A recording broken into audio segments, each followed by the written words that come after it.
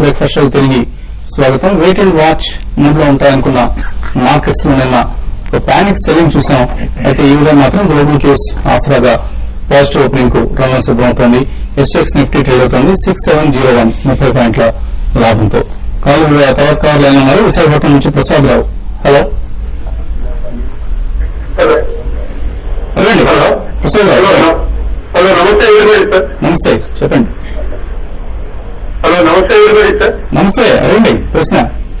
నాకు ఐడిఎఫ్సి 120లో 200 షేర్స్ కొన్నానండి. జేపీఎస్ 80లో 500 షేర్స్ కొన్నానండి. హై ప్రైస్ లో ఎంటర్ ఐడిఎఫ్సి పర్లేదు, కానీ జేపీఎస్ మాత్రం 80 రూపాయలు. ఐడిఎఫ్సి జస్ట్ 10 రూపీస్ తగ్గడం జరిగిందండి. మన అంతర్గత ర్యాలీ చూస్తే ఇంకా 80 నుంచి 135 వరకు భారీగా పెరిగింది. నా ఉద్దేశం ఈ షార్ట్ టర్మ్ కరెక్షన్ కూడా ఐడిఎఫ్సీలో పూర్తి అయినట్టు కనిపిస్తుంది. 130 నుంచి కరెక్ట్గా పడుతున్న స్టాక్ 100, 105 దగ్గర స్ట్రాంగ్ సపోర్ట్ ని ఇక్కడి నుంచి రీబౌండ్ అయ్యే వస్తుంది. హోల్డ్ చేయండి. మార్కెట్ ఏమాత్రం కనుక కొంచెం ర్యాలీ వచ్చిందంటే కనుక ఇక్కడ నుంచి మళ్ళీ ఫ్రెష్ గా ఒక బులిష్ ట్రెండ్ వచ్చి మళ్ళీ 120, 130 ఈజీగా ఇంకోసారి పరీక్షించే అవకాశం ఉంది. అలాగే జేపీ గారు చూస్తే 80 నుంచి స్వల్పంగా జస్ట్ ఒక 60 నుంచి ఒక 5 to 6 రూపీస్ తగ్గడం జరిగింది. సో హై లెవెల్ కూడా బాగా స్ట్రెంత్ చూస్తున్నాము. సో క్లోజర్ టు 55-60 దగ్గర స్ట్రాంగ్ అక్యుమిలేషన్ ఇంకా వస్తుంది. సో హోల్డ్ చేయండి. ర్యాలీ వచ్చిందంటే మళ్ళీ ఒక 70 వరకు వెళ్ళే వస్తుంది. రెండు బులిష్ గానే ఉన్నాయి. సో జేపీఎస్ 70 రావడానికి కొంచెం టైం పడుతుందండి. బట్ మీ ఐడిఎఫ్సి మాత్రం త్వరలోనే నెక్స్ట్ ర్యాలీలో మీరు ఎగ్జిట్ అయ్యే ప్రయత్నం చేయొచ్చు. వజీర్ మహబూబ్నగర్ నుంచి. హలో వజీర్. అదేండి. హలో నమస్తే గారు. నమస్తే. హలో నమస్తే అదేండి వజీర్. సార్ నమస్కారం అండి. సార్ ఇది నేను కాల్ ఆప్షన్ షూ తీసుకోవాలనుకుంటున్నాను అండి. నిఫ్టీ కాల్ ఆప్షన్ ఎలక్షన్ అయిన తర్వాత వెయిట్ చేద్దాం అనుకుంటున్నాను. 6700 కాల్ తీసుకోవాలనుకుంటున్నాను అండి. తీసుకోవచ్చా? ఇవాళ తీసుకుంటే ఎంత పోవచ్చండి? 6700 కాల్ తీసుకోవచ్చా? ఇక్కడ ఒకటండి, మీరు ఎలక్షన్స్ అయిన తర్వాత తీసుకుంటామంటున్నారండి. ఎలక్షన్స్ అయిన తర్వాత మొత్తం కూడా తీసుకుని ఎలక్షన్ తర్వాత వరకు వెయిట్ చేద్దాం. ఓకే, మీరు అట్లా చేయాలనుకుంటే మీరు తీసుకోవచ్చండి. అయితే 6700 కన్నా కొంచెం దూరంగా ఉన్నది మీరు తీసుకోమని చెప్తాను. 6800 కాలం బెటర్ ఏంటంటే ట్రై చేయండి. మీరు ఒకవేళ పాజిటివ్ గా ఉంటే, అంటే ఇది ఎవరు చెప్పలేని విషయం అండి. అంటే ఎగ్జాక్ట్ గా బీజేపీ ఎన్డీఏ గవర్నమెంట్ గా 100% గవర్నమెంట్ గాని ఫామ్ చేస్తే మాత్రం డెఫినెట్ గా నిఫ్టీలో ఒక స్వింగ్ అనేది మనకి అప్సైడ్ రావడానికి అవకాశం ఉంటుంది. దాని దృష్టిలో పెట్టుకుంటే మీరు బై చేయండి. ఇంకోటి ఈ రోజు కొంచెం అనుకూలమైన రోజు అండి. ఎందుకంటే మార్కెట్ మనం చూసిన 200 పాయింట్స్ దాకా కరెక్ట్ అయ్యి మార్కెట్స్ పెరగడానికి ఒక అప్ట్రెండ్ కి మళ్ళీ సిద్ధంగా ఉన్నాయి. కాబట్టి మీరు ఈ రోజు బై చేయండి. కొంచెం డౌన్ సైడ్ రావడానికి కూడా నిఫ్టీ ఉంది. బట్ నెక్స్ట్ 2-3 రోజుల్లో మార్కెట్ లో ఒక స్వింగ్ అప్సైడ్ రావాలి. ఇంట్రెస్టింగ్ ఐటమ్ చూస్తున్నాం నాకు ఈ టైమ్స్ లో. Nifty December series call options లో లాంగ్ షార్ట్, కానీ ఎఫ్ఐఎస్ అగ్రెసివ్ గా కొంటున్నారు. 7900 స్ట్రైక్ ప్రైస్ ఉన్న call option last trade price 90 rupees ప్రీమియంతో ట్రేడ్ అనేది. అలాగే డిసెంబర్ కే 8000 స్ట్రైక్ ప్రైస్ తో ఉన్న కాల్ ఆప్షన్ 78 రూపీస్ దగ్గర క్లోజ్ అయింది. సో కొంత ఇంట్రెస్టింగ్ ట్రెండ్స్ ఇవి. FIs maybe they are bullish about Indian markets and they are even expecting Nifty to touch 8000 before December.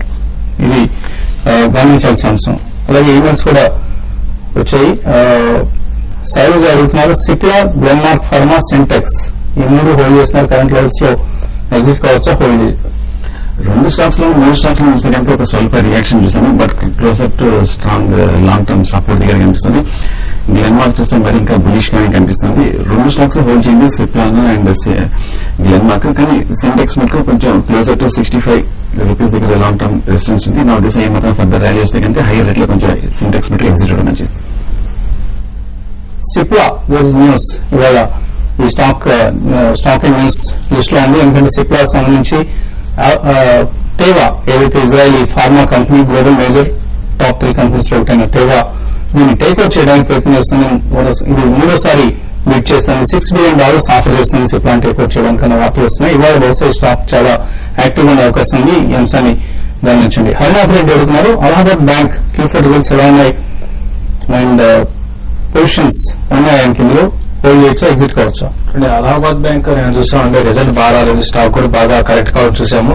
కాబట్టి పొజిషన్ ఏంటంటే మీరు ర్యాలీస్ లో బెటర్ ఎగ్జిట్ అయ్యి వేరే బ్యాంక్ షిఫ్ట్ కామని చెప్తే నెక్స్ట్ ఫ్యూ డేస్ కానీ ఫ్యూ మంత్స్ లో కానీ పెద్దగా పెరగకపోవచ్చు అని. రిజల్ట్ పరంగా అయితే బాగా రాలేదని చెప్పొచ్చు.